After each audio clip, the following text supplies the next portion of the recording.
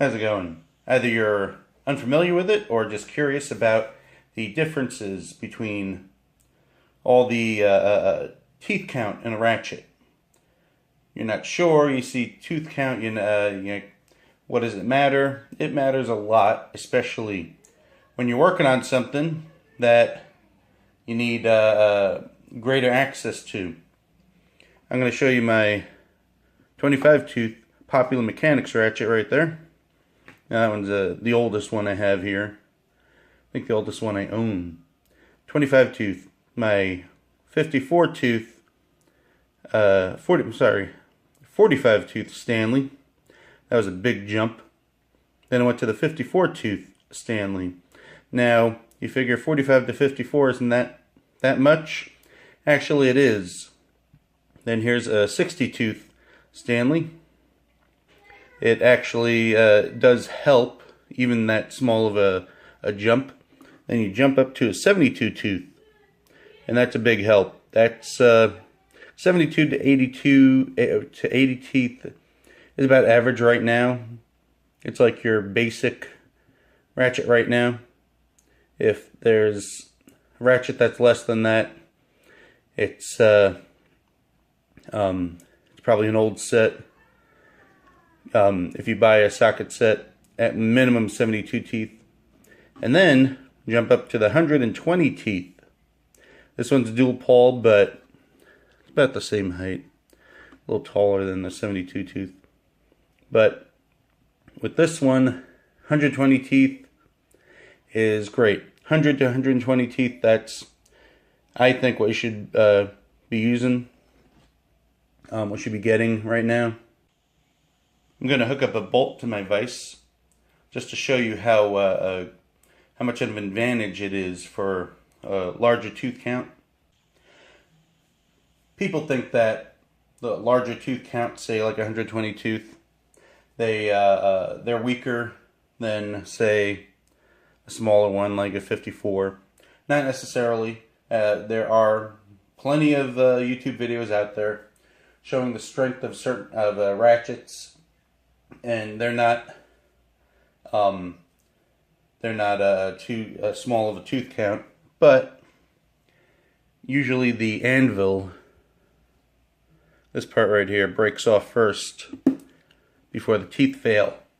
So I really wouldn't worry about that, because if you have a much smaller tooth count, you're really going to regret it when you're in a tight spot. But let me set it up. Alright, so here is the 100 and shit. No, it ain't. Alright, so here is the 25 tooth Popular Mechanics ratchet that I have. And I have it set to click going that-a-way, so to tighten. So if you need to tighten a bolt, let's go pretty far to get some torque on, a grip on it.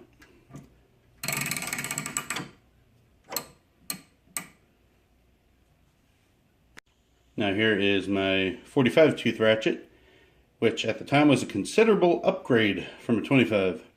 Almost doubled the, there we go, almost doubled the swing. Be able to put some bit of grip on a bolt, tighten or loosen it. Here's the 54 tooth ratchet, only 9 teeth difference, but still makes a difference.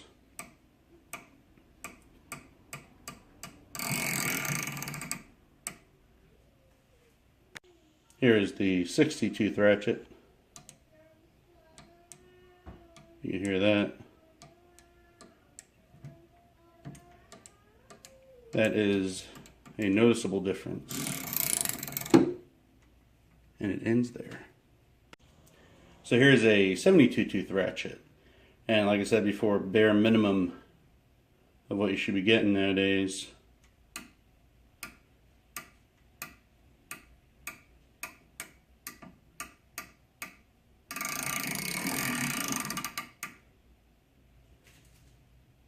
But here's my go-to ratchet right now, the 120 tooth.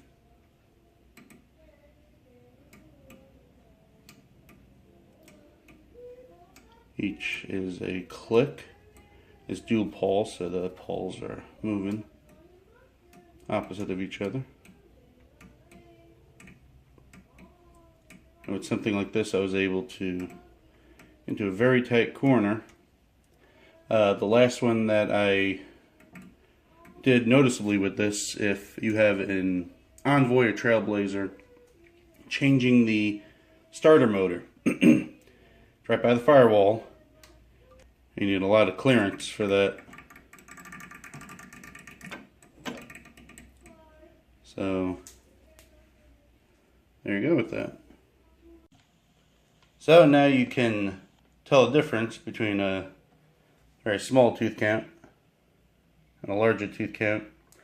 You know what to look for with something like that. Do your research online. You don't want to get stuck with a crappy ratchet, because like say like that one, found out later the guts on the inside of plastic between the selector switch and the pawl, which probably wouldn't be very long lasting. Don't get a socket set that has a small tooth count nowadays. Later on you're gonna say, oh, I should have gotten a larger tooth count. That's what I did with this ratchet when I got the Stanley 235 tooth set. Yeah, it had a lot of sockets, but it came with those ratchets, when on average kits should be with that 72 to 80 teeth. And that was right before these really started becoming popular. Something over 100 and 100 plus teeth. But